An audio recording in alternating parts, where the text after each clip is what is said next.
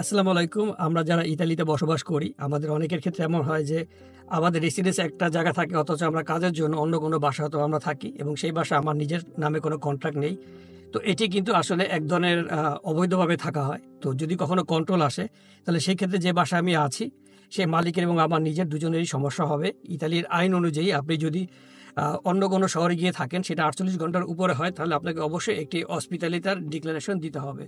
সুতরাং যারা যে বাসাতে থাকেন, সেই বাসায় যদি আপনার নিজের নামে কোনো কন্ট্রাক্ট না থাকে, আপনি যদি সেখানে সাবলেট থাকেন বা একাধিক দীর্ঘ সময়ের জন্য সেই বাসাতে থাকেন, অবশ্যই আপনার মালিককে বলবেন আপনাকে যেন একটি হসপিটালিটি করে দেয়। এটি যিনি রিসিডেন্টে আছেন তার জন্যও বলছি এবং যার বাসায় থাকছেন অর্থাৎ সেই বাসার মালিক তার জন্য বলছি। কারণ এটি কিন্তু বেশ বড় ধরনের একটি অপরাধ।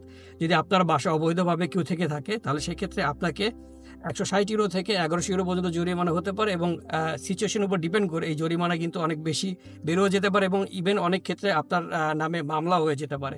সুতরাং অবশ্যই যারা বাসায় ভাড়াটিয়া রাখেন বা সাবলেট রাখেন, তারা অবশ্যই চেষ্টা করবেন তাকে অন্তত একটি হসপিটালিটি দেওয়ার জন্য। কারণ এই হসপিটালটা ছাড়া তিনি আপনার বাসায় অবৈধভাবে থাকছেন এবং আপনি অবৈধ কাউকে রাখার অভিযোগে যেকোনো সময় অভিযুক্ত হতে পারেন।